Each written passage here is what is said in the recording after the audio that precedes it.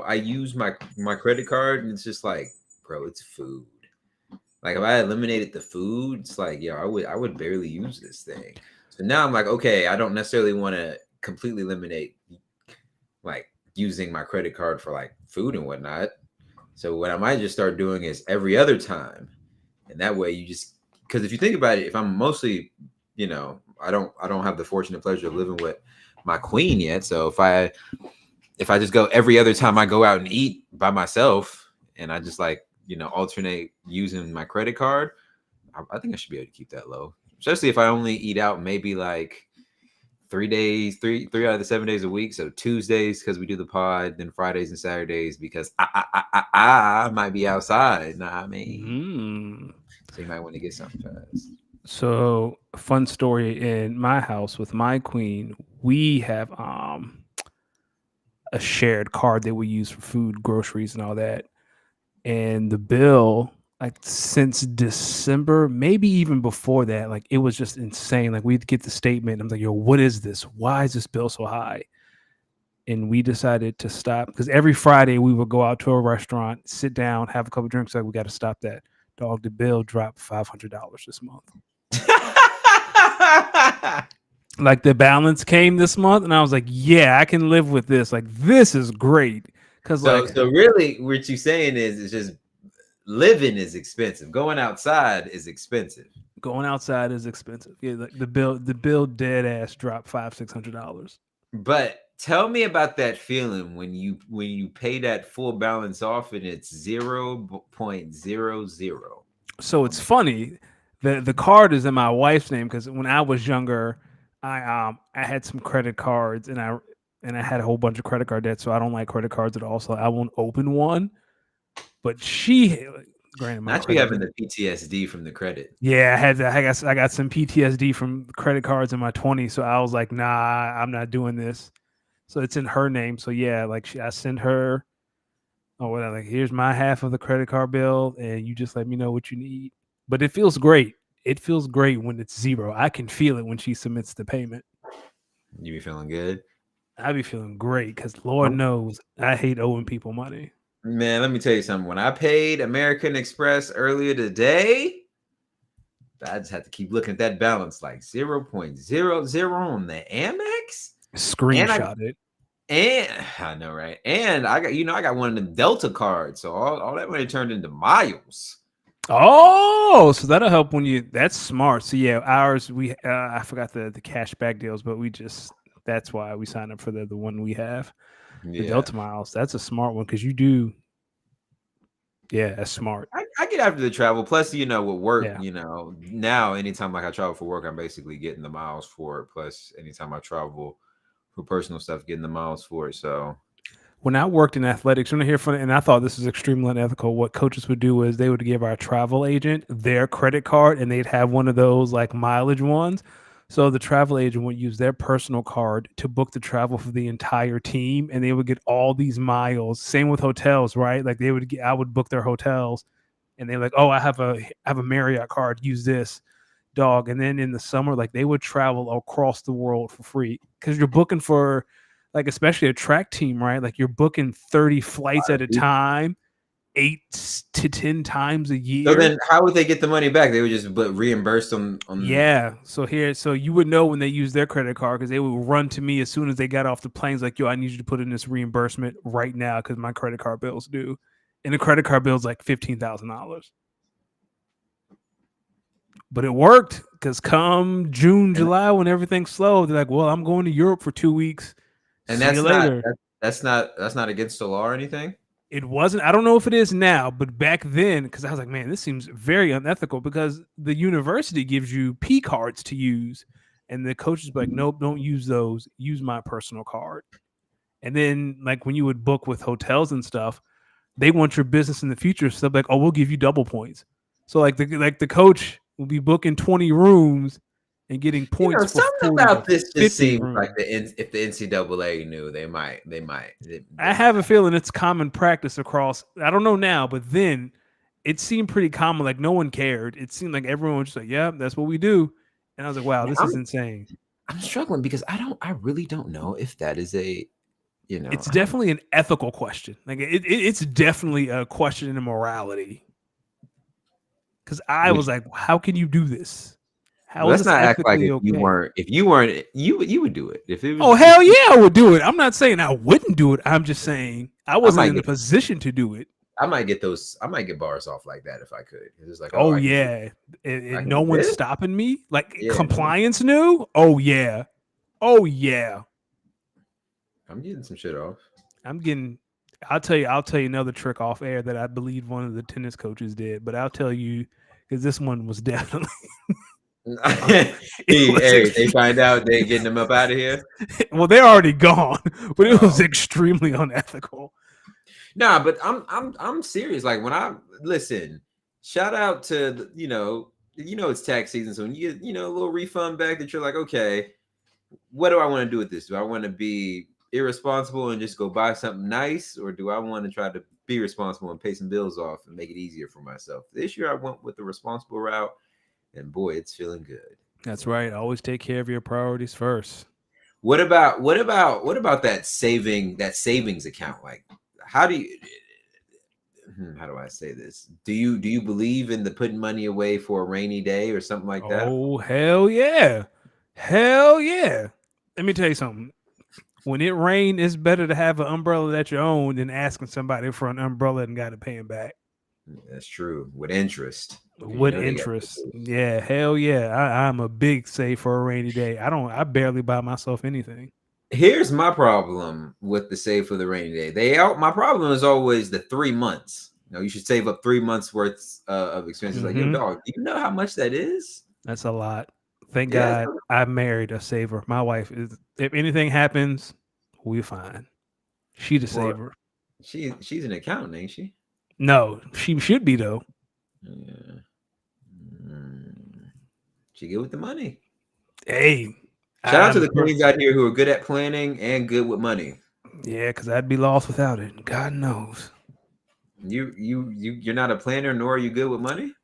No, I am, but she's just better.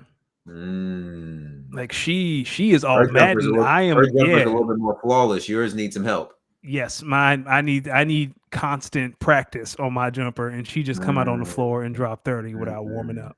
That's tough, man. I mean, what do we do about this? What do we do to help my boy out? Nothing. Life is great. I'm here to get rebounds. There we go. You're just here to set the offensive standard. I get boards and play defense. She score all the points. Ladies and gentlemen, welcome to episode 135 of Speak On It. As always, hold on, let me take it off. As always, you already know that when you see this Nas fade, it can only be one brother, the good brother, Losty Mix. As always, every Tuesday evening, joined by the smoothest bald head on the East Coast, Danny Ocean. My man, how's it going? It's going great. I shaved today, so my head is extra smooth and extra bald. Something tells me there should be a pause on that, but we'll let it ride. Maybe not. Yeah, after that Diddy report came out, we ain't got to say pause on nothing. Okay, did you read that? Because I decided to not read it, and I read it. Okay, well, why don't you tell the audience some of the things that you may have been reading in this report from Diddy? I'll say I don't want to get into the details, but they're gonna stone that man to death if any of that is true. But what is any of that? Give me some of the. Him lacing alcohol at parties, him trying to groom men so he can sleep with them. I think Young Miami is alleged to be like a scout of some sort. Like the report, like they had these special bad boy hats. When they wore them around Miami, it kind of sent a message to people who know that Diddy is here and he's looking for cheeks of all kinds. Yeah, man. We talking R. Kelly kind of. Did he really getting the freak off like this? What if some of this is really just like absolutely fucking ridiculous? It sounds so crazy. It's so crazy. It sounds ridiculous, but also it's so crazy. It sounds real. Because only rich people could buy a yacht, rent a yacht, and just be throwing these crazy sex parties with laced alcohol. But like, okay, let me ask you something. You think in between the 112 albums, Diddy out here getting his freak on like this? Hey, man. I don't know. It wouldn't shock me one way or the other. How about that? Like, if it came out to be true, I'd be like, yeah, that rides. Diddy, if this is true, my brother, this is some... It's too many people. Here's the thing: it's too many people with the same story. It's too many people with the same story, or just like Cassie's story. Like, he was on some freaky ass shit, and then here come this lawsuit with some more freaky ass shit. Like, it's too many people with freaky ass stories. But like, what if? How long they said this was going on for? Like, I didn't get the length. The current lawsuit by the producer said it happened while he was recording his new album. So a year, I think, maybe 13 months. man, Diddy, okay, maybe. Hey, he did say take that, take that, take that. So yeah, that's his go-to. He said he won't, Yeah. he can't stop, and he won't stop. Hey, man, nasty. But the thing is, like, what if you don't know Diddy in that way, and like you just seeing these headlines come out? Like, imagine the brothers who like really just like was just cool with Diddy, just like on some fly music shit. Now you seeing these headlines, and you just like, man, was he really getting his freak on like this? I think with stuff like this, if you are around a person long enough, I feel like if you're aware and you're paying attention, you've probably picked up that Diddy is a freaky ass boy. If this is true, like if you've been around him for an extended period of time, like he's probably said something and you were probably like, what? And just brushed it off. I He know you probably- can sing. yeah, right. Like he probably did something, or like maybe he, you know, in sports, like they pat you on the ass. Like maybe you recorded a hot verse and you came out, and he just smacked you on your ass, and he was like, man, that was a great verse. You're like, huh, that's a little weird, but okay, it's Diddy, whatever. And now you're like, oh, that's Diddy. You know what I'm like? You know what I'm saying? Like, Oh, that's Diddy. yeah, like, oh. Oh, that's Diddy. Like when Lil Kim said I can make a Sprite can disappear in my mouth. Who you think wrote that? Lil Yachty. Diddy. Lil Yachty did write "Act Up." He did write "Act Up." He had a line in a new song. Oh man, Lil Yachty. Listen, hey, Diddy. Like, don't be shocked if more people come out and be like, you know what? Now that I think about it, yeah, he was a freaky ass boy. And he did, it might not be anything illegal or egregious, but yeah, one time I was here and he did this. And I was like, huh, that's weird. A whole lot of people, the light bulb going off. So what we doing when the Danny Ocean freak documentary come out?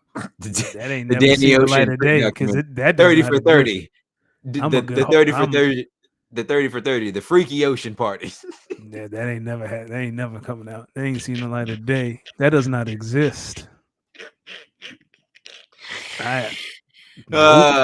What if I told you you can drown in this ocean? ESPN presents 30 for 30. Freaky waters. Freaky waters. They about to be like, hey, Diddy, you see what 50 been saying? Yo, 50 Cent, for the record, ladies and gentlemen, do not beef with people like 50 Cent. 50 Cent won't let up. No, But and I feel like in the near distant future, we're gonna get a 50 Cent documentary that says 30 for 30. Who's the real bad boy? Like 50's documentary is gonna be 2 hours of him just dissing other people. And remember that time Diddy freaky ass went to jail because he was out here lacing people's drinks on the yacht? 30 for 30. Take that. A bad boy original story. That's it. Narrated That's by one. Curtis 50 Jackson. That's the one. Take that.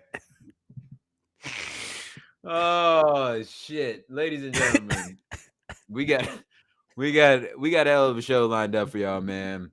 We're gonna start off with a little bit of football, get into a little bit of post All-Star NBA as they kind of get back in the swing of it, hit a little big deal or no deal, and of course, we had the Elimination Chamber this past weekend, so we'll talk about that. Yes, A little sir. WWE towards the end, maybe a little fantasy as well. But Danny, why don't you start us off in the NFL, my brother? I really want to talk about that Cam Newton fight, but we're gonna say that for last because Oh yeah, we're gonna say that. So let's start. Let's start with running backs, right? Because there are a lot of running backs that are about to hit the free agency market: Josh Jacobs, Saquon, Tony Pollard, Derrick Henry, Austin Eckler, AJ Dillon, Devin Singletary. Out of all these names and the ones that I may have missed, do you think in a market that's so saturated that any of these guys are going to get a bag? And by a bag, I think we should draw a line at a bag. And I think we can talk about. I think the floor is Miles Sanders' deal from last year because he got the biggest contract last year out of all running backs. Let's look this up real quick. Yes, he got 4 years, $25 million, which include 5.9 signing bonus, 13 million guaranteed. So he averages 6.3 million a year. Do you think any of these running backs gets that or more? I think Saquon gets a deal near something similar to that, but I will say this: Miles Sanders is stealing money. Like he walked into Howie's office and Howie's like, boy, if you can go find something, go find it. And damn it, if he ain't find it. He in Carolina, but damn it, he found it. He said, boy, if you don't get shit. Listen, I would say I think Saquon is going to probably get a Miles Sanders like deal. I think if anyone else, maybe maybe a Derrick Henry. You know what? I think Devin Singletary is a sleeper to get a decently a decent size contract. I think if you saw how he was utilizing that Texans offense once he was made the starter, I think he handled the role well. I think he was a versatile back for CJ, coming out of the backfield, catching, obviously running in between the tackles and outside. But again, I think Saquon, I mean, in this type of market, yes, it's a little bit saturated, but I think Saquon of all these running backs probably gives you the most explosive ability on a play-by-play basis. So besides Derrick Henry, but Derrick Henry is maybe a little bit older in his career, but I think of all these guys, Saquon gives you the best like home run, comes out of the backfield catching. I know Josh Jacobs led the league in rushing a few years ago, but I think I'd take Saquon over him. I agree. I think Saquon will get the biggest bag. I think he might get a little bit more than Miles Sanders. Miles Sanders is the floor. I know Saquon's been hurt and has an injury history, but he's just so explosive. And I think in the right situation, he can talk a team into giving him a little bit more money. Other than that, like Derrick Henry is a little long in the tooth. Tony Pollard, I don't think he's proven that he can be the lead guy. Austin Eckler, I feel like Austin Eckler he's not that old, but he just feels old. Is that just me? Like Austin Eckler feels like he should be in his early 30s. How old is that man? Maybe probably like 28, 29. Yeah, he's 28. Yeah, so anybody giving him no big deal. Like that ship has sailed. I think the market is going to be so saturated that teams are going to be able to get most of these guys at a bargain. And I mean, like, let's just think about it. Who wants to? I mean, like when you think about some of these guys, I mean, let's talk through it. Tony Pollard, I think if he would have had a better season in Dallas last year, scoring the ball, I think they might have been more inclined to maybe give him a better deal. I think Josh Jacobs, I think the decline in last year after the year before having such a strong year, especially after the sit out, I think that was the reason for the Raiders likely not giving him more money. Yep. Derrick Henry, I feel like he's obviously probably the most proven back out of this whole free agency class, but I just think there's like a mileage warning on him. Like you just don't know how much tread he's got left. But I still think, Derrick from like a highest floor, I would easily say is Derrick Henry out of all these guys. So I agree. I could easily see Derrick Henry getting a nice little deal similar. But the rest of these guys, I don't know. AJ Dillon, let me tell you something. What team? I'm gonna sound like a hater. Team signed AJ Dillon to a big contract. I know you're not serious about winning. You trying to get to the salary cap floor? Yeah, no, you just trying to make sure that you spend enough money so that the NFL don't reprimand you for not spending money. I'll ask you this question about so Josh Jacobs is interesting, right? He's 26, he'll be 27 in February. I don't know. I think he may be another one because the age is 30, the unwritten rule. I think he might be another one who can get a decent 4-year deal that's front loaded. Maybe like 4 for 27. Yeah, I think like a team that thinks it's a team with a rookie quarterback, right? A team that's like, man, to help our guy out, we can have Josh Jacobs in the run game. Like one of these teams that are about to draft one of these rookie guys. I don't know. Like maybe he can talk himself into Like a that. New England. Yeah, like a New England. I don't know if you want to go. Well, Bill's gone. So yeah, I think Josh Jacobs might be able to pull something out of the hat. Or maybe Washington. I was thinking Washington. Cliff Kingsbury as the OC could maybe want to establish a really, really good run game. So I think, yeah, but the other guys, like either I feel like they're a little too old, they're unproven, or in Tony Pollard's case, like you were the guy last year and the Cowboys had to shift to a pass heavy offense because you couldn't carry the load. Well, I wouldn't say he couldn't carry the load, but I would, pause. I wouldn't say he couldn't carry the load. I would just think that their offense just maybe started humming more when they started passing the ball more. Yeah, which is, I mean, that's kind of indicative that you can't run the ball, especially after Mike McCarthy fires Kellen Moore and says, "We're gonna run the ball. We want to be a running Mike team." McCarthy, the head coach, also was the one calling plays. So yeah, that's what I'm saying. Like you can't establish the run. I guess we got to go back to Kellen Moore's philosophies and throw the ball, and with the best offense in the league, one of the best offenses in the league. Until they ran into someone who clamped them down. Who would that be? The Green Bay Packers, of course, ladies and gentlemen. Cowboys fans, holler at me when y'all ready to talk about that game last month. Well, speaking of the Packers, we can talk about the Packers. One of the Packers' arch nemesis, currently the quarterback of the Minnesota Vikings until he hits free agency. Captain Kirk is thrown again, and his team is putting out the media's agenda to get the Vikings to draft another QB. So it's Kirk Cobain Cousins, first of all. Did you see that gold grill he got? He got to be fresh and swaggy with it. Do you think he'll be the Vikings quarterback next year? If they want Justin Jefferson to resign, that he will be. It's funny because I think it's the opposite. I don't think Jettas wants Kirk. No, he does. Oh, he does? He said that? Jettas gets his numbers with Kirk. He wants Kirk. He's been every interview I've seen of Jettas, he has been like, yo, Kirk's our guy. It's been evident, especially without him, just the pure drop off. Kirk he's smiling because Kirk gets him his numbers. You know what's funny? And how there's this conversation like, are the Vikings going to pay Justin Jefferson? Dog, what are you doing? Like, you're going to reset the market with Justin Jefferson? Just do it. Like, what are we talking about here? That's what the mind and the logical person would say, but like, what are we doing here? Pay that man. Pay Kirk. Because in 3 years, not even 3 years, in 2 years, that Justin Jefferson contract is going to look like a steal. Because Jamar hasn't gotten paid yet, right? He's supposed to pretty soon. Yeah, you want to be the first. Because whatever Justin Jefferson gets, whoever between the two, the other guy is going to want $1 more. What's up? What is up with that, by the way? I mean, it's cool to say you're the highest paid player at your position or in the league. I get it. For all of like a week or a year? Hey, you're pushing the ball forward, right? So if I get $1 million and you get $1.1 million, that means the guy after you is going to get $1.2 million. And over the course of time, that's going to build. So when it's my time to re-up, it's $2 million. Because everyone is constantly adding extra when they get signed. So, but that also makes it harder for people to get paid, though, because people got to commit these dollars. So that means in order to get this money, you got to do a little bit more. Hey, I don't know what more Justin Jefferson or Jamar Chase can do, but okay. More targets? Oh, no. Yeah, sure. I'll take more targets.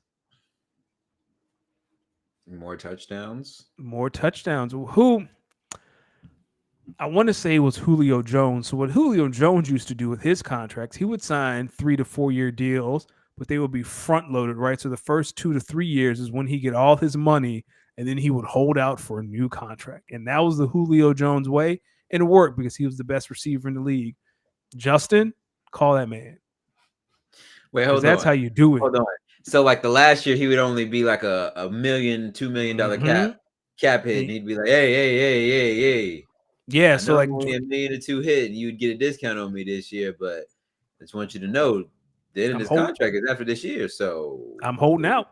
Or if it was a 5-year deal, like the money would be front loaded for the first 3 years, and the last 2 years it'd be a little bit of money. So year 4 before training camp, Hulu would be like, nope, I ain't coming. I want a new deal.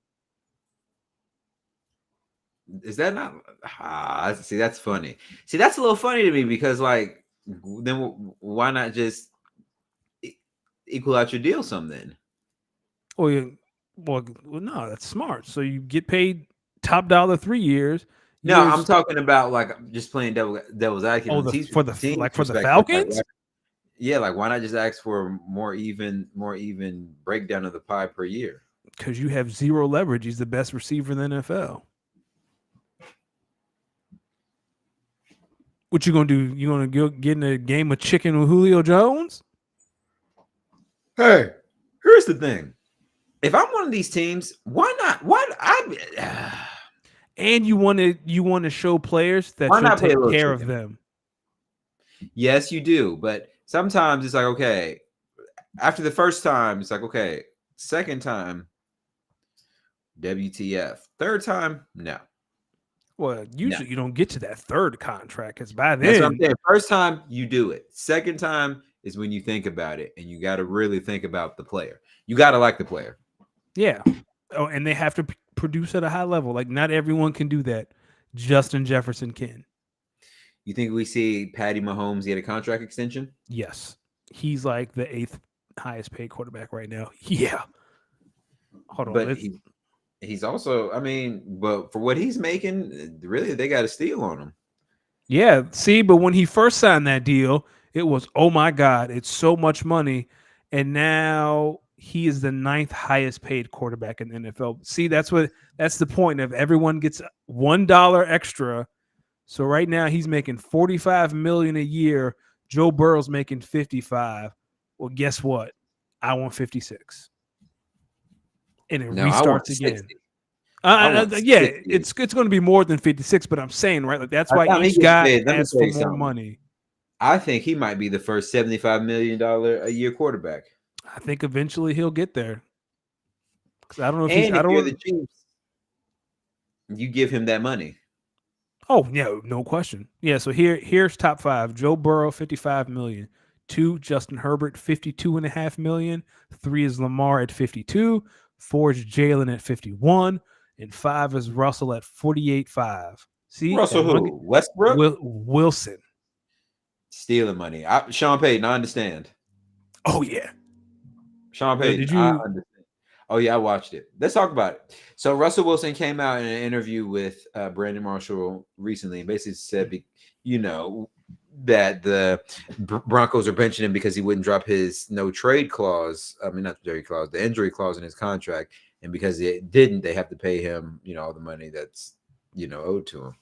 And to be honest with you, as he was talking to Brandon Marshall, I'm just sitting there looking around like, I don't think the Broncos did nothing wrong. Fuck out of here. I wasn't talking about that. I hadn't seen that. I was talking about when he and Sierra was at that award show and he looked at her and was like, I should take that latex off. Like her dress was like a latex dress. And he mentioned that he should take it off. Super horny.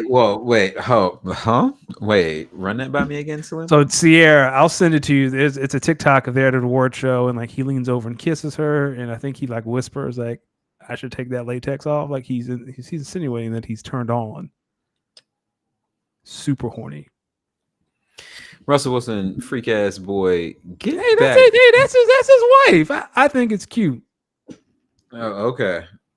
Russell Wilson, freak ass boy. Listen.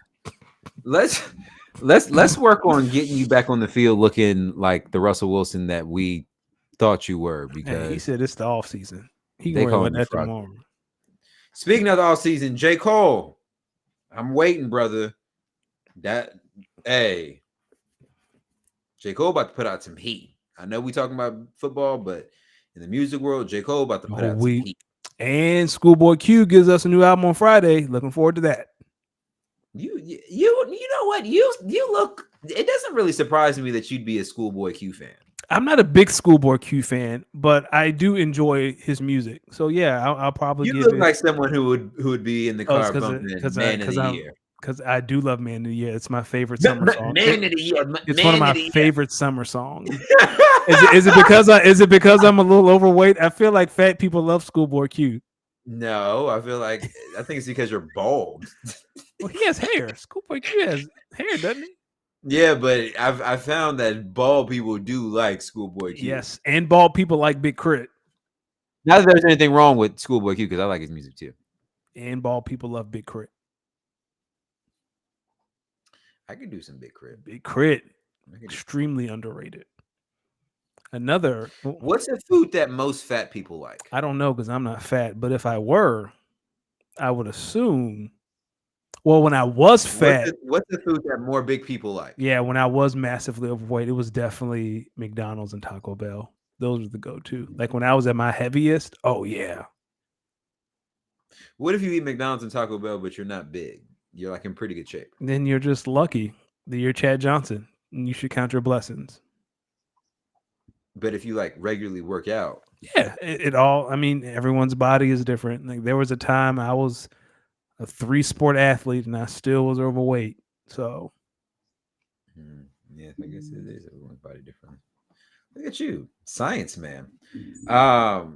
Speaking of the man, sometimes you got to be such a man that when a fight breaks out, your hat don't even move. We here.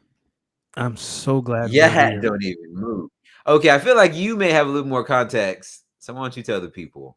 So this weekend, Cam Newton was at a 7-on-7 tournament where a group of men called the TSP crew, and that does not stand for teaspoon, and it is not a gang. It is an organization that helps train young athletes, especially in 7-on-7 football. They decided for some reason that it would be a good idea to not only confront Cam Newton, but to jump him. Wait. So they weren't fighting each other. Who wasn't fighting each other? The teenage kids. No. These were. Have you seen the video? I thought Cam Newton was breaking up a fight. Yeah. So Cam was breaking up, and then yeah, you're right. So Cam was breaking up in a fight, and then the TSP crew decided to fight Cam. Who is TSP? It is an organization that, to my understanding, they help train football players, especially in 7-on-7. Like, like they coach teams, they help train young athletes. Football. Yeah. What does the machine tell you? Because first off, the first thing I see is Ryan Clark with a very long statement. I'm like, what is going on? Oh God, I hope that's not his people.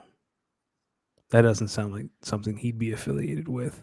While you look that up, I will add some more context that there's a video circling of one of the people in the TSP crew talking trash about Cam, called him the non-throwing Atlanta quarterback, and it was not Desmond Ridder he was speaking of. It was a shot. Wait, say what?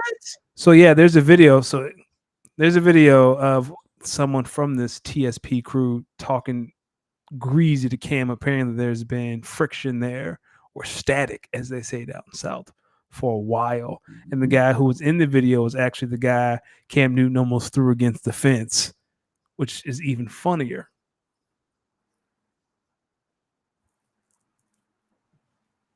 So TSP stands for Top Shelf Performance, which is an 18 and under national 7v7 program. The crew's official bio reads, it is one of the teams participating in the 7-on-7 tournament, which must be what he was hosting down there, a little 7-on-7 tournament.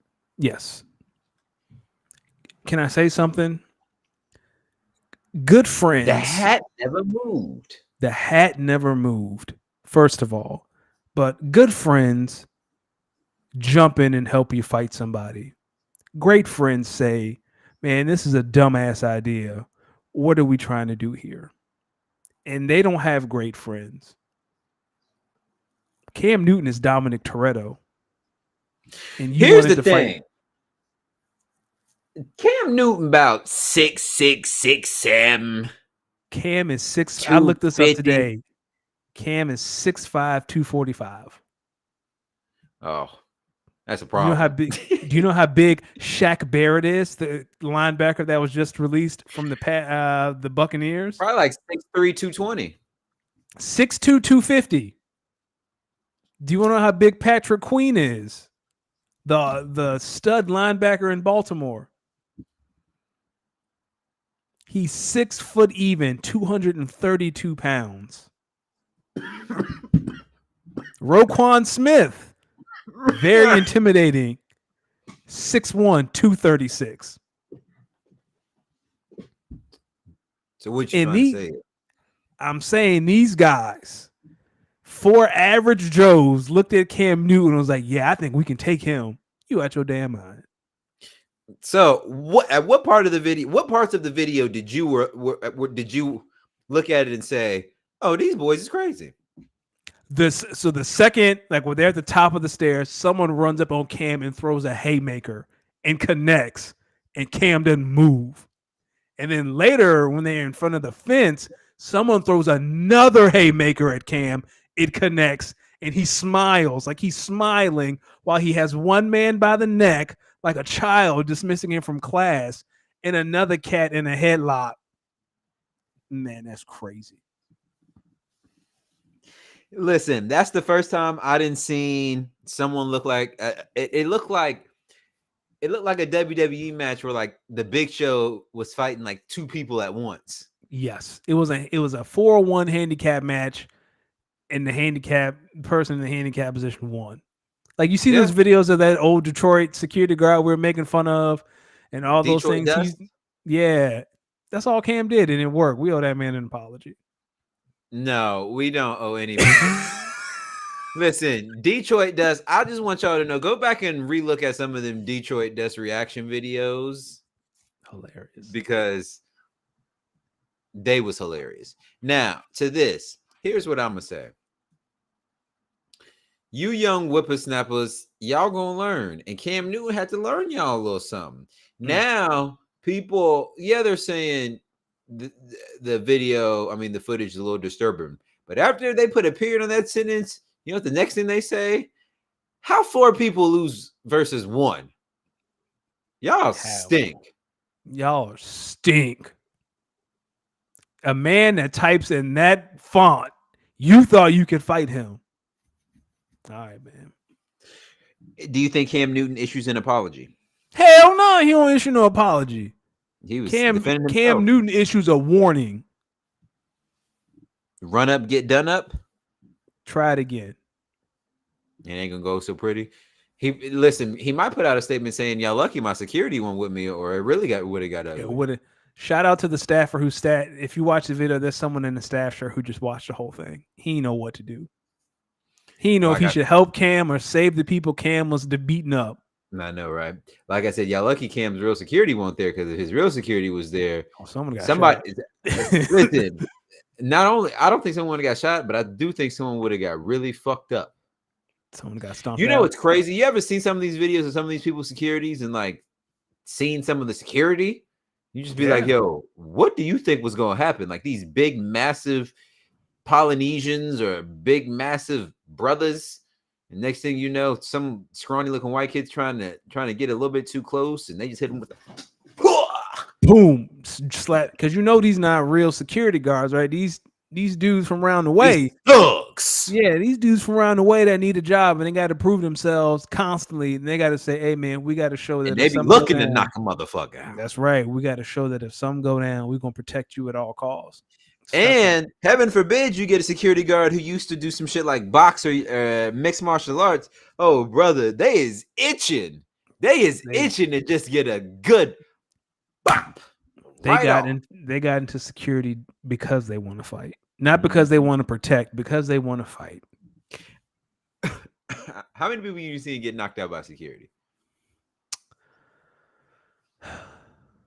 Maybe one. Oh man, I might be out here going to some ratchet spots. I've been seeing at least like 4 or 5 people get knocked out by security. Because most people get knocked out outside. I Like just you get knocked out inside and outside. really, like most time, whenever I've been into a place, an establishment, and something goes on inside, like security, like jack them up and take them outside. Where I assume they just go beat the hell out of them and leave them in an alley. But no, I've never seen inside, not to my knowledge. But then again, I ain't been in a club in I over will say, 10 years. all the people I've seen get knocked out like outside. It's been funnier. Oh, 'Cause 100%. it's always the non-security person being the aggressor. No, man, what the fuck? I'll come in there, I'll do what I want. No, fuck that. And they keep saying, yo, step back, step the fuck back, step back, sir, step bop. Bop. That's all you hear. And you lucky if you get 2 step backs, because you might just get one. And you might get the step back and the fist in the same motion. Right? Like I told you, step back. I told you. See what you made me did? Yo, ladies and gentlemen, anytime you fight with someone and they hit you and then say, see what you made me do, and they get like emotional about it, please leave them alone. They crazy. Yeah. They crazy. They want crying about killing listen, you. have you ever seen that? Like someone who like hit somebody and get to crying? Like you'd be like, yo, you a different level of crazy. Leave me alone. Like they hear voices in their head. Listen, on a scale from you survived to boy, you just got your ass beat. Where do you think this ass whooping ranks for these kids? I don't think it's that bad because Cam didn't throw a single punch. Like he just held them off until, which makes it even worse to me. Like he didn't even have to throw a punch to beat you.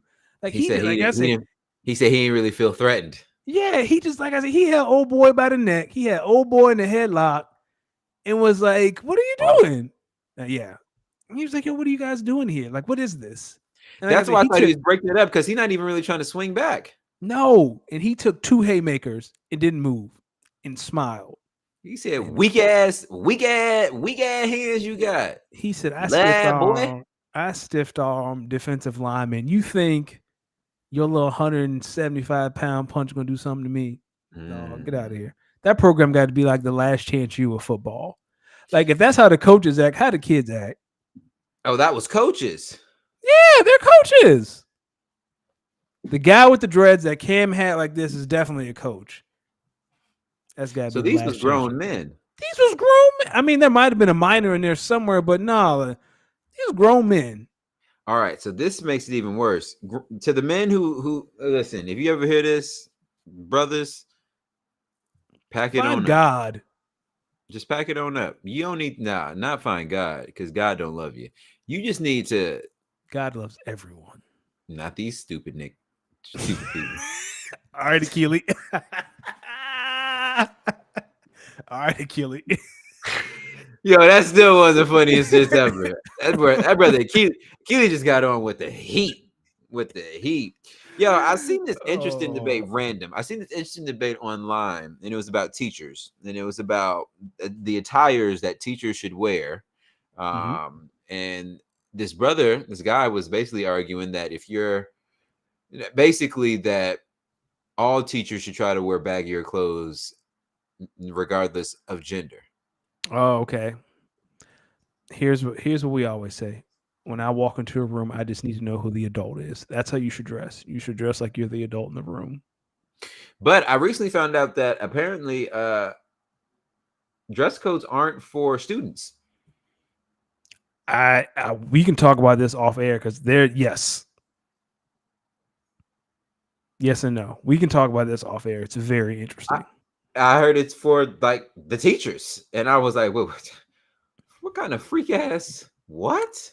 Well, I think we're in a generation of teachers, especially younger teachers, who may scoff at the idea of like professionalism and what it means to dress professionally because they've never really had to or been in a situation where. No.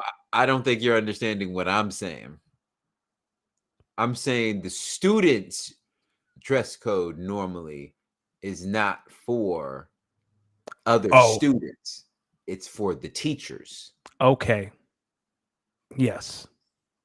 I understand. That's when I was like, what? Freak ass teachers.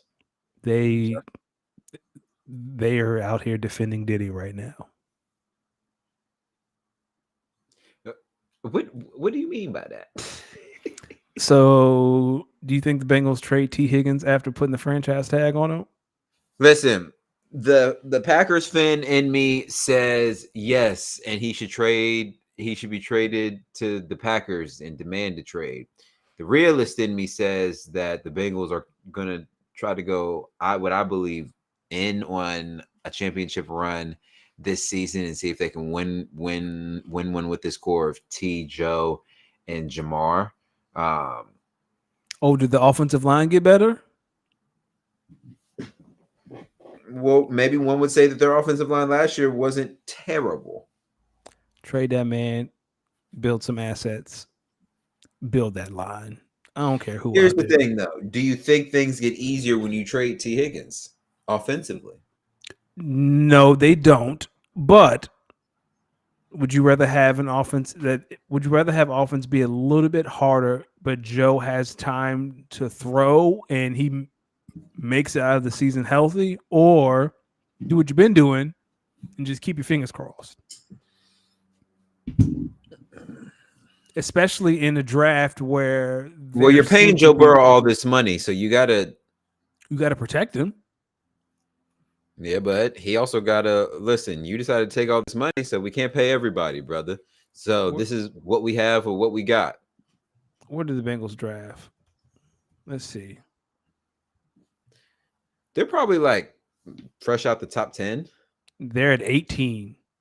Oh. This draft is, I don't want to say it's really deep at receiver, but there's a chance that you could get not T. Higgins himself, but you can find an adequate replacement at 18, or you can be in a position. I mean, if you trade T. Higgins, you might be able to get a first rounder for him, and like you might have the ammo to move up and grab a guy and get him on a rookie contract. Like I would play that game.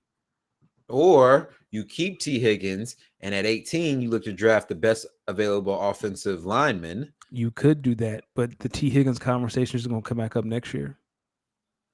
Okay, but maybe next year, after you've seen this offensive lineman play, maybe then you look to trade T. Higgins to a bad team or a team that needs a receiver for their first round pick. Maybe, but do you want to take that chance? What other options do they have? I've heard that family is notoriously cheap. Yes, the Brown family is very cheap. Very cheap. But they paid my man Joey B, though. You ain't have a choice. That was the one of the rare times they ain't have a choice. Just like they're not going to have a choice with Jamar. They're going to have a choice. They're not going to get strong arm 3 times. Who's the third? T would be the third. Joe strong armed him. Jamar going strong arm him. And you ain't getting 3. You sure about that? Positive. If you're going to keep that core together. Positive. T. Higgins not getting paid in Cincinnati. You want to talk a little basketball? I'm here. Basketball. So we are. Oh no, keep going. I actually like the beatboxing. Nah, go ahead. Okay. So we're a week removed from All-Star Weekend, if that's what you want to call it. In either 3 categories of teams: teams that are hot, teams that are cold, and teams that are still in Cancun. Are there any teams or players or anything that's impressed you over the past week? Let me tell you this. They won the chip last year, but the Denver Nuggets, they for real. Oh, yes. They are for real. I know, yes, they won the chip, so it's really not surprising to anyone. But I seen them play live versus the Blazers last Friday. Watched a game versus Golden State, I believe was yesterday. They are Jokic, man. It's not. It looks like. Here's the thing: when you watch him live, it doesn't even look like he's trying, and then you look up and he has got like a 30-point triple double. That's the most frustrating thing about him ever. Like he looks like he's just out there for cardio, and next thing you know, he got 30 and 12. It's like, how did he do 12 it? and 14, and you're just sitting there like, fuck, bro. How? What is he doing? He can't jump over a sheet of paper. It's fascinating. But you can't jump over him. But you can't do nothing with him. He a unit. You ain't boxing him out. You're not bullying him. He's quick enough to react. I know the thing was put him in action. Nah, he quick enough. He can recover. He can steal. Good anticipation. He can block your shot. He can do I whatever you like want to do. his little spin move offensively that he does. I think he's been getting that off a little bit. I saw him do it a few Yeah, times. because you're like he's too big. He can't do that. That is physically impossible. He is not DeAndre athletic Ayton, by enough, the and then way. he does it. DeAndre Ayton, get help. Get help. He getting help. He getting paid. That's the help. That's true. That's true. What about you? You seen anyone who's been hot, cold, or still in Cancun? I want to talk about Luca because Luca has been on a tear, but this isn't a Mavericks podcast, That and I boy, don't have that enough boy, time. Luca different. Luca and Luca got Kyrie, I was watching them. they got 35 and 20 right now against like I just need the other guys to get in like Tim Hardaway Jr. Like we just need like 12. Anywho, for me, it's the Thunder. Like the longer this season goes on, I know they're young. I know it. And part of me, and I have the same feeling about Minnesota. It's like there's no way you can just win a championship without going over the hurdles that most teams go through, right? Like you might get a deep run, but like you got to go through something to get a championship, right? Like the Nuggets went through Jamal Murray getting hurt. They went through what happened in the bubble. Like they've been through some things, and the Timberwolves and the Thunder have not. But man, SGA dog, That like brother, he like good. if they're in the Western Conference Finals or if they are representing the West in the NBA Finals, I would not be shocked at all. They're deep at every position. They got a nice young trio. I will say that my thing with the Thunder is can they be consistent and how good at them at the punch back. Yes. How good are they when a team has figured them out some and starts to make adjustments and now you're potentially down 2-1 in a series? Can you Yeah. fight back and win 3 in a row? You know what I'm saying? Yeah, that's for me. That's what I'm talking about. Like you got to go through something before you like. It's rare a team just comes out and wins a championship without going through something. So that's for me. Like when it comes to playoff time, I know we're talking about Lakers came out Minnesota. and won a chip 2020 though. I mean, but LeBron has been through something. He's been tested. Like no one on that Thunder Well, team. actually, that was also the bubble year, which was after Kobe Bryant passed away. Yeah, but I mean that team is full of people that have been through playoff heartbreak, right? Like who on the Thunder can you look at and it's like, yeah, like they can guide the ship. I mean, Minnesota has Mike Conley, but who in Minnesota you can be like, yeah, like okay, like they've been through something. What's the deepest Mike Conley has gone? Pause. He's been to the Western Conference Finals before, right? In Memphis, didn't Memphis make the Western Conference Finals with Zach Randolph? Maybe. But I know they've been to the second round. Like Mike Conley has been in the playoffs and can speak to what life is like in the playoffs. Like who in Oklahoma City can do that? Like they're all 22. Like Shea, like when Shea was in with the Clippers, maybe.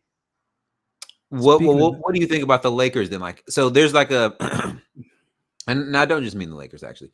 There's teams like Phoenix, like the Mavericks, like Golden State. These kind of more veteran-like teams that have had success in playoff, or players that have had success in the playoffs in previous stages of their career. What do you think about them getting, the draw of some of these younger teams potentially in the first round? Like it could be a first round matchup of like Dallas and OKC, Yeah. Lakers, OKC, Golden State, and fucking Minnesota. Even on the Eastern Conference, the Cavaliers, the Knicks, although they've maybe dealt with some playoff heartbreak. So, what do you think about some of these more veteran-like teams that might be in first-round playoff matches against GOATs? I think if you're the lower seed, which is going to be the veteran team, I think that's what you want. Like if I'm Golden State or the Lakers and you're telling me I get to go play OKC or Minnesota, I'll take my chances, right? I think I can steal one on the road. Those boys, like game one is you're probably going to get slaughtered, right? The energy's going up, like it's cool, but stay on par, stay the course. Or game one is the one you steal. Now I feel like game one, like Oklahoma City is going to be rocking, Minnesota is going to be rocking, especially if they're the 1 seed. Like I expect them to come out and play with a lot of energy and potentially turn it into a blowout. But what about game 2? Because you got to do it again. What about game 3, game 4? Right? Like just stay on course. And if I'm one of these young teams, like It or is like if hard I, to beat a team 4 times, it yo. is hard to beat it, and they don't know what that's like. Minnesota doesn't know. OKC doesn't know. Like who's third in the West? Is it the Clippers? The Clippers know. The Clippers, and then I believe it's either the Clippers and then Nuggets, and then Yeah, it's Clippers Nuggets. That's what it is. So mhm. if I'm one of those veteran teams at the bottom, I wouldn't mind 7 or 8. I don't want to see the Clippers. I definitely don't want to see Denver. Yeah, give me them young boys. I'll take my shot at them. I don't know what they made of. I know what Jokic made of. Smart. I know what Kawhi can do. I I know don't what want to see LeBron them. can do. I know what I AD know what can Bron do. can do. I know what Steph can do. I know what Luka can do. I know what KD can do. Lakers, let's just get out of the play-in tournament. I don't want to see us in the play-in. Where's New Orleans then? New Orleans is 5. Yeah, New Orleans No, is 5. Phoenix is 5. New Orleans is 6. Dallas is 7. And then it's And then it's like it's either you or Golden State. we're like 9. Golden State might be 10. You know what? Kings are in there somewhere. Yeah, I'll say we have computers. Let's just look this up.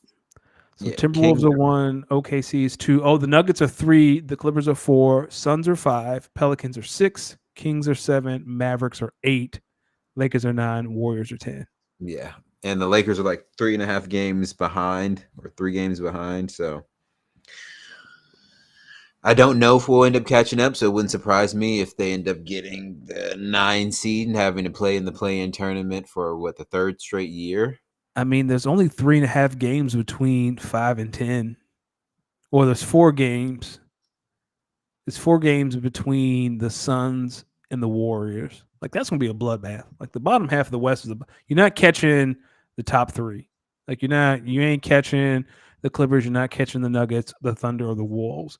But 5 through 10, it's gonna be a bloodbath. Doable. It's doable. Yeah, like if all the what hold on, where did it go? The Suns are 34 and 24.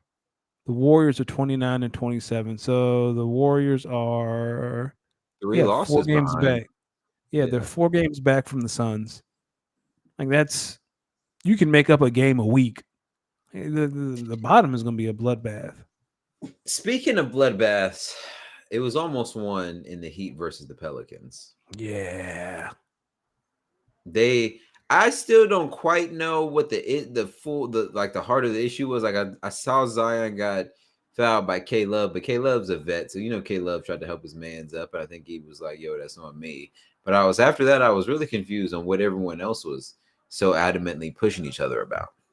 I don't know, but if there's one thing we've learned about Jimmy Butler is he is not the size of Cam Newton. Like you don't want to fight Cam Newton because he's just bigger than you.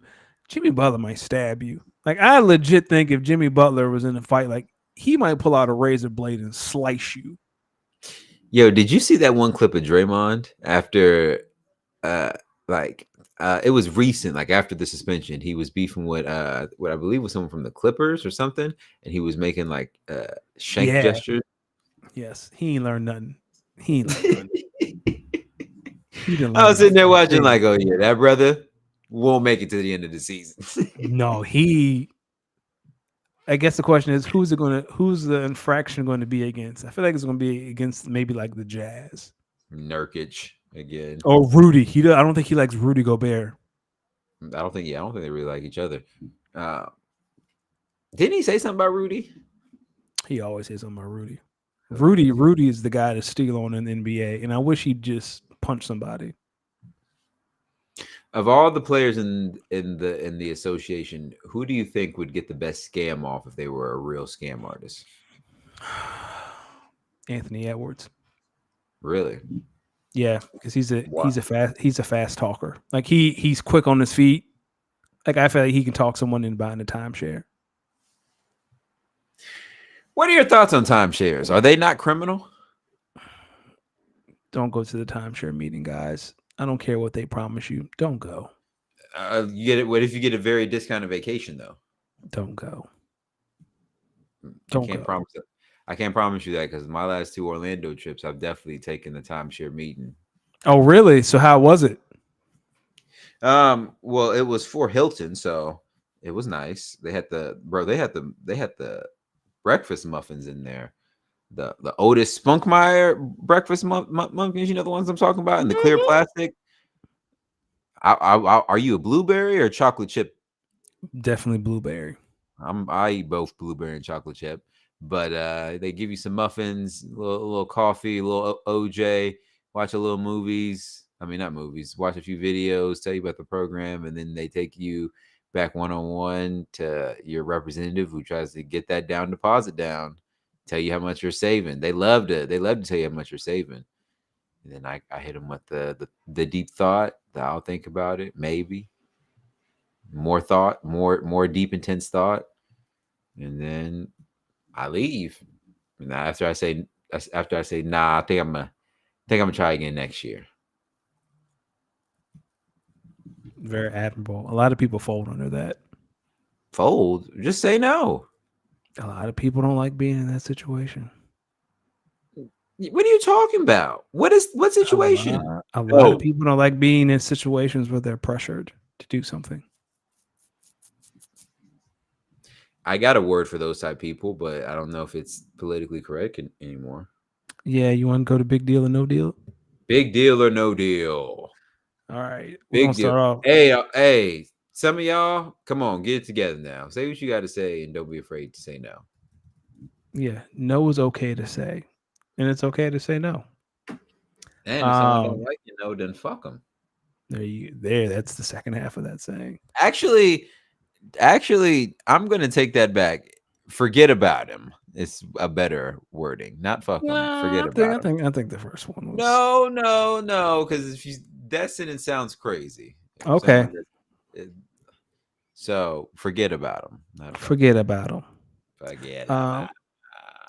Staying in NBA, Trae Young to be reevaluated after tearing his finger. Big deal or no deal? Damn it, Trae. This is a big deal. Listen, in honor of Shaq, I'm gonna do this. Listen, it might be tough for the Hawks for the next couple months without Trae Young. He was really starting to get it going too. Listen, well, I shouldn't say that because he's been averaging like 27 and 10 or 27 and 11. Yeah.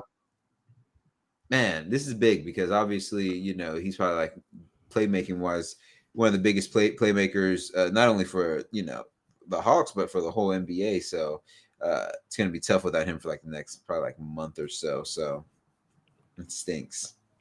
Trae Young, shut it down. Start shopping for homes in San Antonio. You are Spur.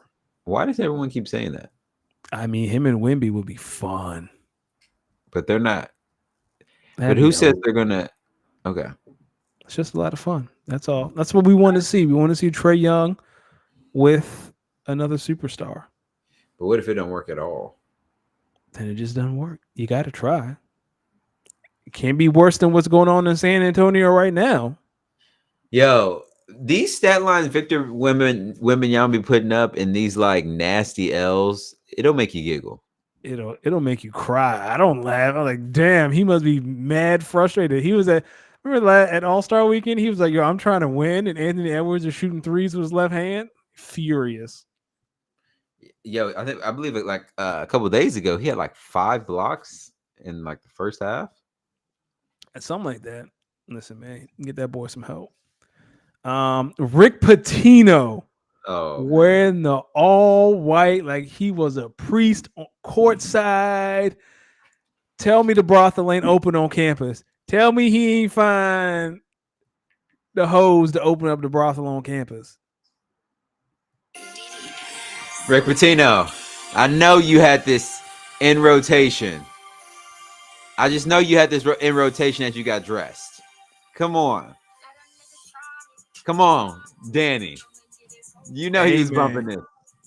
What I tell you, last week he called them out.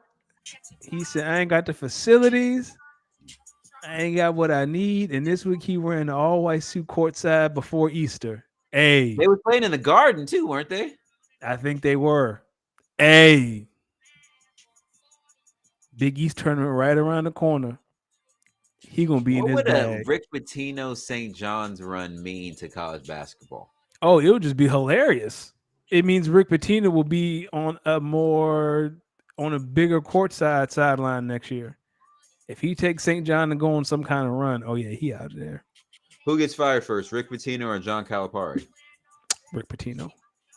Calipari is bulletproof. Say that again. Pitino. Calipari is bulletproof.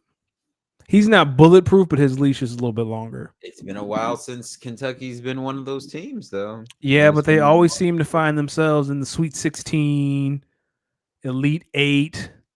And if you're in regards to basketball, like the tournament is so random. Well, is that true?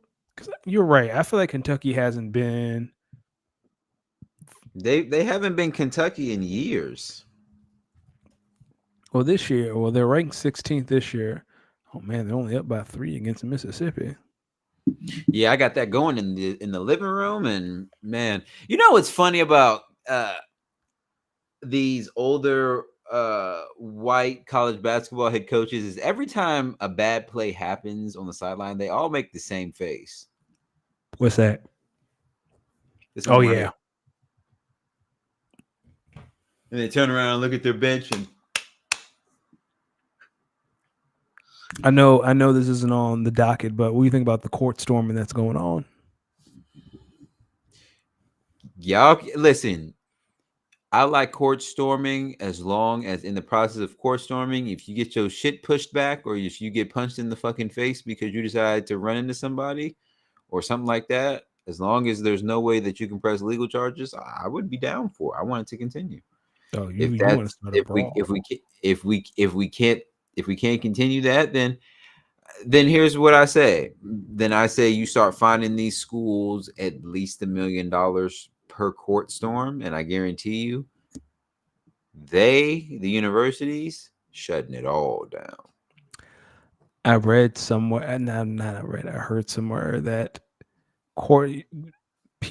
fans on the court during the game or at any time is unacceptable. So why is it acceptable after the final whistle? It's like, yeah, I think court storming is too common now. It used to mean something, right? Like you beat the number one. Yeah, like, okay, Duke's number one. You know, they go to Virginia Tech and Tech beats them. Yeah, we storm in the court. But now it's like, oh, Mississippi State beat 24 Ole Miss and they storm the court. Like, what are you doing, man? They'd be happy to beat number 24. Like, yo, what happened to the days that when you beat a top 4, top 5 team, you cracking up? Not even that. It got to be a top 3 team, and you can't be ranked. That's when you storm the court. Like if you're 15 and you beat 3, that's logical. You can see that happening. But if you're 25 and beat 2, that's big too. Nah, you're still ranked. Like what's the worst team in the ACC right now? Virginia Tech, probably. Well, so Virginia. Let's go. Who's the best team in the country right now? Who's won? UConn.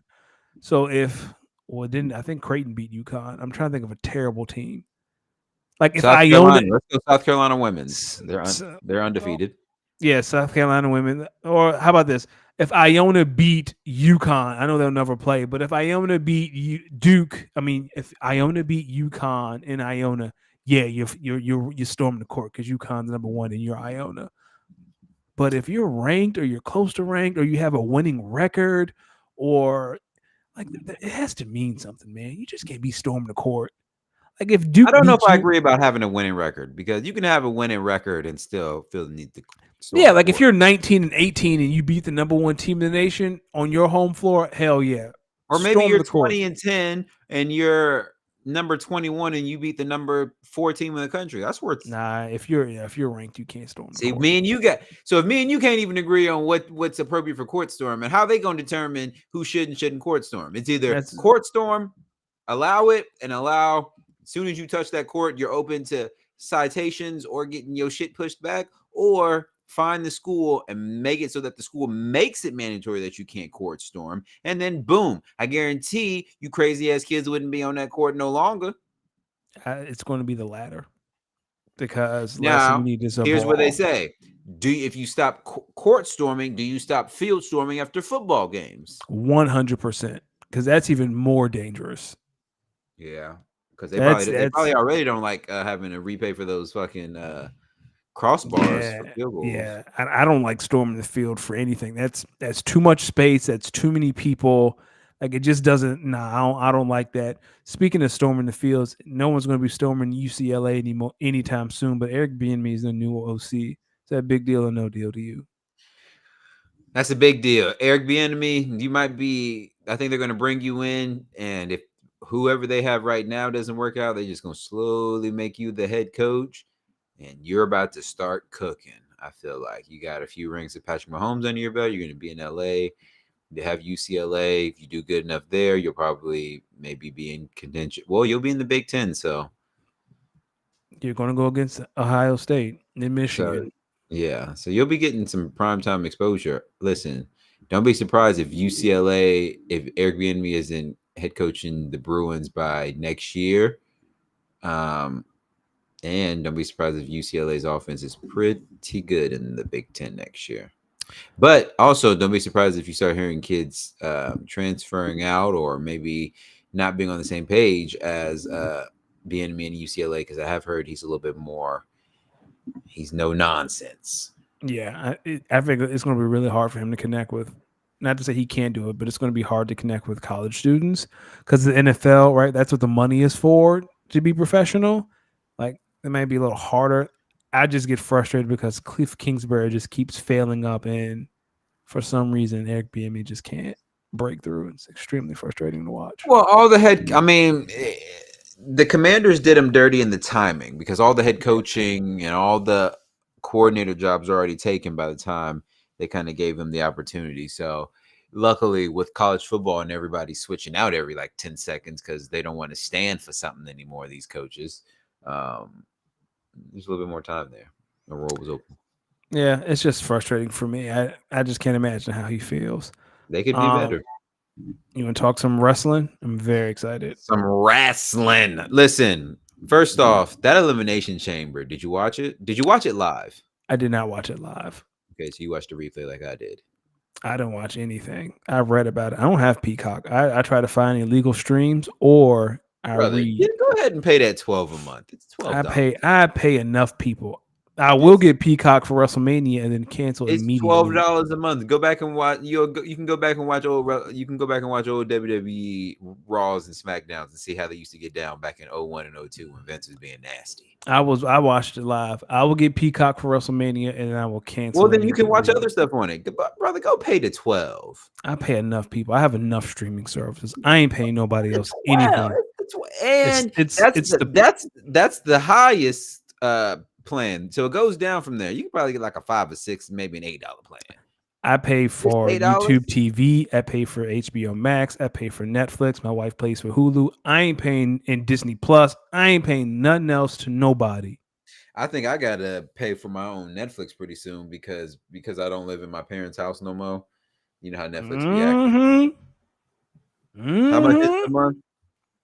It's gone up. I don't even remember. It's automated, but it's gone up. They've jacked the price, and we have Amazon Prime Video. I ain't paying nobody else. No, but they jacked the price up again. I forgot how much. I think it's like $18, maybe more. Yeah, they jacked because now they have the. Hold on, let me see.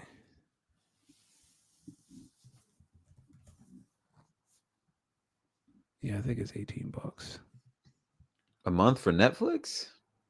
Here it is, $6.99 with ads. $16. Netflix has ads? Yeah, there's an ad port. There's an ad version of Netflix now. Yeah, so $7 for ads, $16 for standard with no ads, premium $23. Premium? Yeah, so you can watch up to 4 devices, Ultra HD.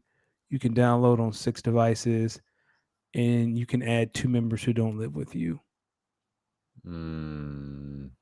And that's $22. So I have the standard, which is 16. 16. Yeah, 16 a month. Damn. All to watch a bunch of terrible ass movies. Like I can't remember. Sometimes Netflix drops a banger, like a movie. Most of the time, it's just trash. Damn, Netflix. I don't know if I can get down with the 16. Yeah, see, that's how I feel about Peacock. I'm Nah, running but it that's down to 12. 12. That's 12. That's 12. It's the same. Yo, we like Martin when he didn't want to pay the 5. Yeah, that's exactly. It's definitely a principle thing. Yeah, here it is. Peacock 6 and 12. Yeah, man, I ain't got time. $6? I ain't got time, dog. Bro, that's one day of lunch a week. I'd rather have lunch. Fair enough. All right, talk a little wrestling. Just do it. Where do we start? You want to start with the women's chamber? Becky freaking Lynch Yeah. winning Let's it? start with the women's chamber. Man, first off, I will tell you this. I was really, really, really impressed with Raquel Rodriguez.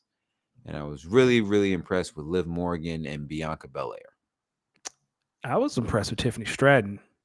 Oh, She came to I like play. that move she did off the top of the rope. She did the swan. She did like a dive off the top of the top of the pod. I like the little cartwheel she did with Naomi. Like that was creative. Yeah. I don't think I've ever seen that. That was fun. I liked Raquel Rodriguez was in there just showing feats of strength. Like she could just grab you and just and she was throwing them into the cage, and she was really good. I really enjoyed it. And man, I'll tell you what, the ending there, you know, Liv Morgan pulling the fast one on Bianca, who then got a fast one pulled on her by Becky, was crazy. I was watching it. I was like, Liv, and I was like, whoa, Becky, crazy. That's how you know a match is good. You'd be like, oh shit. Listen, man, Bianca and Jay gonna feed families. Yo, you had to see Bianca's face, like right after when that match was over and Becky's music was going off. She was about to cry because she couldn't believe it. Because Liv Morgan pulled a fast one on her. Bianca, don't even worry. You and Jay gonna steal the show. Don't even worry about it, sis. Get your this horny ass boy. It has nothing to do with that. No, they are great at their craft. That's the match I'm looking forward to the most is Jade and Bianca because they're two strong women. Well, we don't know if that's going to be the matchup. Hunter, Paul Levesque. You saw that too. They introduced them during the Elimination Chamber as Paul Triple H Levesque, and I said, man, shut the hell up. That's Triple H. Paul Levesque. This is very easy. You want more money? You want black people to get invested in WrestleMania? Give us Bianca versus Jade. They want you to be invested in the sport, not the women, you freak ass boy. It has nothing to do with that, man. We gotta stop that. It could be Rhea Ripley too, because they're strong. Like we don't see strong, like muscular women in WWE. Like the last real muscular, we had China, Sable, maybe Molly Holly. No, Molly Holly wasn't strong. Like Victoria? Who was the last one? Victoria. It's been Gail Kim. Yeah, but Gail Kim was small and defined. Like Bianca and Jade are like built. Like they are units. Like Rhea is a unit. Yeah, she is. Tamina being Tamina's just big. Tamina, yeah, she lost weight towards then. Yeah, I would count Tamina in there. What about the men's Royal Rumble? Drew McIntyre. Man, Drew was on a heater. Drew, hater of the year. Did you hear him last night on Raw? He's like, I know you're straight edge, so I direct enough for the both of us. No, man. How WTF were you like? Because you saw Randy Orton was on his way. Randy Orton was on his way. Logan Paul took the long dramatic pause to get the seal. What other shit's called? Knuckle ring? No. Oh, his brass knuckles. Brass knuckles. He got the brass knuckles. Took him like 5 years to get the brass knuckles out. RKO out of nowhere. Gets Logan Paul out of there. Then gets on his way to getting Drew out of there. Hit with a freaking brass knuckle shot. Drew gets the lucky pin to win. And I love this fact because if you remember last year, Drew McIntyre was all about honor and I want to do things the right way. Now he's like, yo, someone like he hinted towards it last night, like, yo, if the bloodline interfere and I win, and that's just what it is. Yeah, when he's talking to Jay, and he was like, yo, I like this. I'm with you, like you were just saying. I'm with this Drew McIntyre being hater of the year. Like Like, riding the line of heel and face and just being like, he's just like, he's basically just coming out in the wrestling way and saying, yo, I'm a hater straight up. I hate Nothing. you. I'm a hater. You doing something good over there? Nope. I'm hating. I'm hating. I'm hating. I love this Drew, and I hope he wins. Like I'm getting to the point, like, yo, I hope he beats Seth. Seth is too busy focusing on the bloodline, dog. You need to focus on the person in front of you. You trying to take down, you trying to fight Jesus. Chill out. Speaking of the bloodline, what do you think of Cody calling out The Rock to a match? Love it. We just Listen, setting this up. We just setting. He gonna beat Roman, and then it's gonna be The Rock. every week I get closer and closer, and my mind is really starting to think Cody's about to win this thing. I think he is too. Like at first, I was like, why would he call out The Rock? And I was like, maybe he's doing it to split them up. Like he doesn't respect Roman, but it's like he already has his match against Roman. So why would he call out The Rock? He's basically trying to fight. He's trying to go to war with the bloodline. He's already got two people who's been screwed over by the bloodline, and Jimmy Uso and freaking Seth Rollins. Oh, so you think this leads up to the Survivor Series match? Like it's going to be Cody and Seth and Jay and whoever else the bloodline screws over against The Rock and Roman and Solo. Listen, man, that'd be fun. Maybe the bloodline cost Drew McIntyre WrestleMania, who then teams up with Seth and Jay. Who knows? Yeah. I don't know how you pull it off though, because Drew is kind of like, yo, I don't care about the bloodline. I'm just here to win championships. Like True. Seth has made it his mission. Like he said it last night. Like my mission is to like get rid of the bloodline. It seems like he's more focused on that than he is the actual championship. Yeah. I don't know. I don't know how they pull this off. But I'm gonna tell you, I want Roman to keep it, man. I do too. Like I want Roman to keep it like another 2 years. Like I think there's so much story to tell. Now that The Rock is in here. And I just think the longer that he has the belt, the better the promos get. I still go back and watch the one when he was talking to Seth Rollins. You work 10 times more than I do. Hilarious. And I make 10 times more than you. Ain't that the number 2 championship? That's the losers bracket. The losers bracket. For me, my favorite Roman promo throughout this entire campaign was when he was facing Brock Lesnar, and he was like, "That cameraman works for me." And he pointed to the announce team. He was like, "They talk about me." Like he was on a heater that night. Oh man, you think Triple H is in the back just geeking up, just cracking up, like, yo, this guy 100%. Because this is their investment. They've been trying to build around Roman for 10 years, and it finally clicked. Now it's like he's so big. It's like Hulk Hogan in a way. Yeah. It's the heel version of Hulk Hogan. He's gotten so big. It's like, are you sure this guy, Cody, if he won, he would be big enough to carry it? Because right now, it doesn't feel like it. I mean, it does feel like he can. But what'd you think about Rhea defeating Nia Jax? I mean, we knew it was coming. She wasn't losing the belt in her hometown. Rhea is something serious. Oh, here we go. Here come the freak ass boy in you. She picked up Nia Jax like it was nothing. See, we are in an era where muscular women are dominating wrestling, and it's nice. It is nice. Rhea's a big woman. Yo, she a unit. She got to be all of 6'5". She probably like 6 feet, 6'1". She probably like 180 to 200. She ain't no 5'7". I don't believe that. I'm 5'8". I ain't taller than her. Ain't no way. Yeah, nah. I don't believe that. Cappuccino. Nah, I thought it was a really good match. It makes me think, by the way that match went, and basing it off of Raw, triple threat? I hope not. I want Rhea versus I Becky. think Nia Jax has worked herself into main event status, and I think Rhea versus, Because I don't think Rhea versus Nia is done, and I think Becky versus Nia is just getting started. Yeah, because Becky attacked Nia last night. Dog, it says Rhea is 5'7", 138. That's a lie. Ain't no way. Ain't no way. Yeah, you might have to go to WWE.com. Yeah, Rhea 6'1", 150. Do you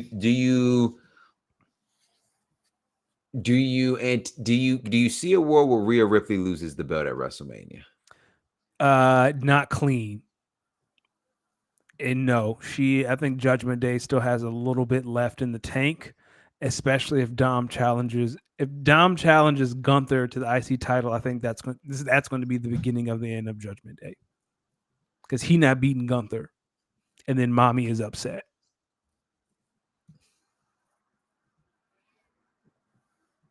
Yo, funny part is, do you hear the pop that Dominic gets? Yes, he is extremely over. He might be the most over. I could see him. I could see an Intercontinental Championship run set up Gunther for a World Heavyweight Championship run.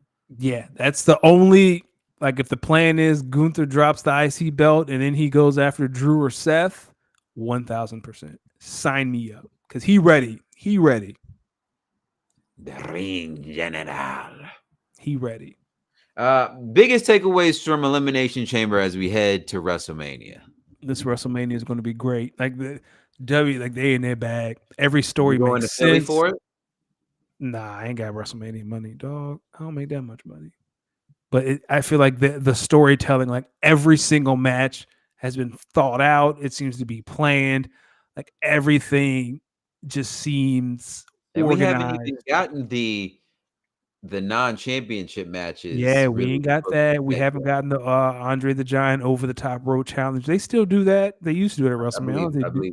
I believe. We don't know what Sami Zayn does. We don't know what Shinsuke Nakamura does. We don't know where the likes of the New Day, Liv Morgan. We don't know what she's going to do. DIY, Bobby Lashley, Street Profits. We don't know. I mean, we all think really don't know what they're going to decide to do with this tag team championship. I don't know if they're just going to do Imperium versus Judgment Day. We have no. I mean, that's what it looks like, and then Dom's going to challenge. But Gunther. I also want people to keep in mind that WrestleMania is at the beginning of April. Yeah, we're 40 days away. So what is that? That's what about 5.5 weeks. Yeah. So beginning of April. Yeah, like the first or they have to get through storylines to last in March, because they built up the big matches now at the end of February. So they got to build up storylines through these next basically like 4 weeks. Yeah. So I mean, we're going to get Kevin Owens versus Logan Paul. Yeah, and I think the acceleration on some of these beefs are going to be on full go. To your point, Logan Paul versus Randy Orton or Kevin Owens for the Intercontinental Championship is coming. And then LA Knight versus AJ Styles. That's going to be WrestleMania. Mm-hmm. I'm trying to think what other seats have we gotten. Liv Morgan seems to be pissed at Becky, but she's not. She can't. I don't know when she's going to get her hands on Becky. Like, she was mad at Becky. I think that's going to be a storyline over the next month. Wouldn't surprise me if Liv Morgan keeps Becky from winning the championship. I'll take that.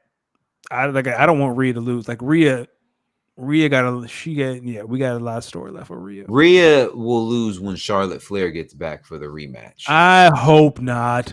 I am so sick of Charlotte. Sorry. I know. I'm sorry. I know. But every time, Charlotte does not have any character outside of I'm here to fight for championships. She has been the same. Beat her. I know. Beat her. Not many can. It's been slow in the fantasy group chat. I think everyone's just prepping. I know we got our owners meeting coming up next month, but outside of that, man, I think it's been quiet. I think people have made a lot of moves. I think the combine will say a lot. So yeah, I'm just biding my time. I'm really having a hard time with Marvin Harrison Jr., Malik Neighbors. I am, brother. You're taking Marvin Harrison Jr. Depends, man. It depends. Like, if he's in New England, not fooling me at number 2. Malik Neighbors is now a Las Vegas horned duck. I absolutely dare you to drop Marvin Harrison Jr. to number 2 overall. Crazy as hell. On that Dare note, do you have anything for the people? That was rude. I have never. Where can they? Where can they find you? That's rude. That's rude. That's rude. How's that rude? Come on, talk to me, brother. We can talk this out. It wasn't. I was just being dramatic. See, we know because you taking Marvin Harrison at number 1. That's like, listen, what do you think of Ryan Poles, the Bears GM's comments about Justin Fields? He basically said, yo, if we ship him, we're going to do right by him. Dog, just shut up and trade him. Just trade him. Just trade him. Trade him at the combine this week. What we doing? Yeah, just say, you know what I mean? Yeah, you ready to, someone made you waiting for the right offer and you going to go from there. Yeah. Don't fool us. Just call Atlanta. Do you think in a week? Do you think in a week? No, I think it might be closer to the draft. Like once things really start to iron out and there's not a lot of ambiguity, it'll be quick. I wouldn't be shocked if they go into the say what? Justin Fields to the Broncos?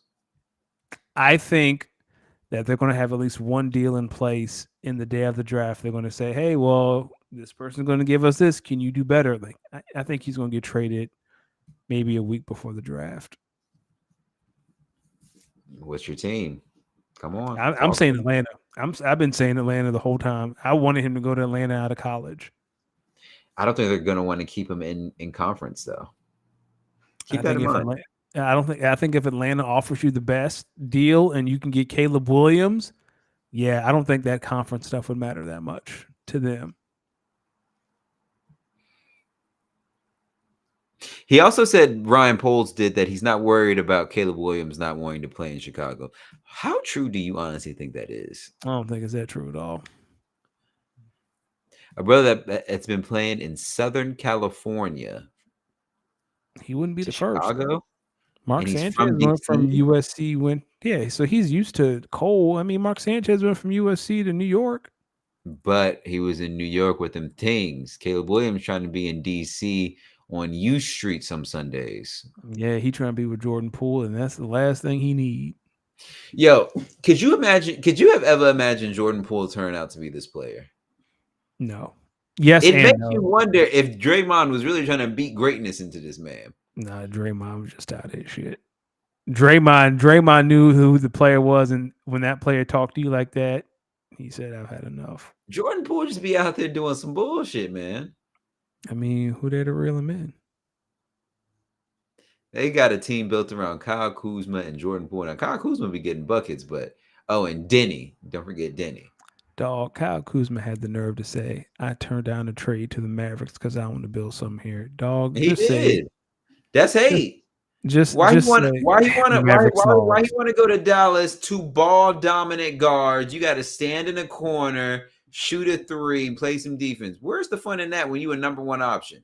Team just traded away Bradley Beal and someone else, and Bradley Beal and half of the other supporting cast in the last couple years. I got a chance to be a number 1 option in DC. Would you call him? Would you called him the number 1 option? Have you seen Jordan Poole? They've lost 11 straight. It's tough, yeah, but he's still the number 1 option. Look at them numbers. They're 9-48. Yo, being knowing that there's NBA teams out here that don't even have double-digit wins yet, does that not just blow your mind? It's like, yo, you stink. Here's another thing. I went to go see the Blazers play on Friday, and they played the Nuggets, as I was mentioning, brother. I'm just watching this Blazers team, and I'm like, it just took me like 3 quarters before I just yelled out, yo, this team stinks. Well, at least you lasted that long. Well, I was having a good time watching Joker and the Nuggets. They didn't have Jamal Murray out there, but man, they're a really good team. They are a really good team. I still like the Lakers versus them in the series, but I say that with a mild amount of confidence. Okay. They've had our number recently. We haven't beat them in a minute. Yeah, they got everyone's number. See how that game versus Golden State they had? No, I missed that. No, I saw. They, Yeah, yeah. I know what yeah, you're talking they were up going into the half, and then they lost by like 13, and I was like, God damn. about. Life So. comes at you fast. Ladies and gentlemen, you can find me at Los Demix. That's at LOSDEEMIX on Instagram, X, YouTube, Twitch, SoundCloud. Pretty soon I will be dropping my first ever workout mix. It's called Gains Don't Lie. It's gonna be a series I'm gonna start putting out. So be on the lookout for that. I just got to upload it to SoundCloud and it'll be ready. So be on the lookout for that soon. Danny, I'm spending somewhere next Thursday. I did not know that. Yeah, I'm spending somewhere. I'm spending at this little bar out here in Oregon where I live at, and I'm also working to get my first ever function on calendars. I got an idea for something at this spot that I previously DJ'd at before, so see if we can run it back again, me and my homie that I'm DJing with next week. So I'll keep the people updated. And here's another thing. So every time I'm working with that team to make these videos for the social, I schedule it to get posted. And then the morning that is supposed to be posted, it doesn't post. And then when I go to scheduled post, it's gone.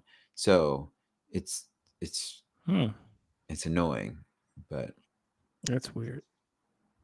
I'm gonna check. I'm gonna double check on it again tonight to make sure it works. Sometimes it works, sometimes it doesn't. It's frustrating, but we ball. Danny, where can the people find you at, good man? Find me on the Bird app at Danny Ocean 41. Follow us at Speak On It _pod on Instagram, X, TikTok, and send us your emails at speakonthepod14@gmail.com.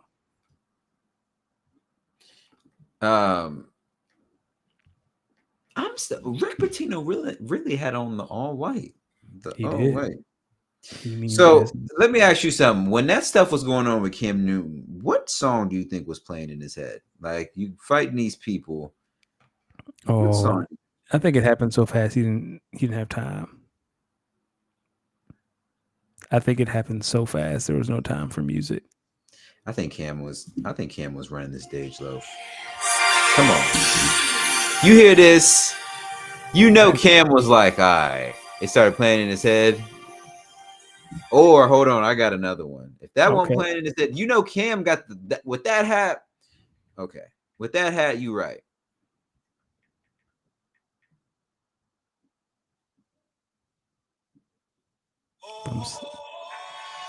This is what he had playing. Oh my God. Good night, y'all. Soon as that first punch came through, Cam had this on mind. He knew. We out. We not listening to a kung fu fight. Y'all have a good night. Come on. Now let the people hear this. Maybe the Canadians, you don't know if the Canadians heard this one before. I'm sure. Come on now. Oh yeah, this is what Cam knew. This is what Cam had buddy by the net right here.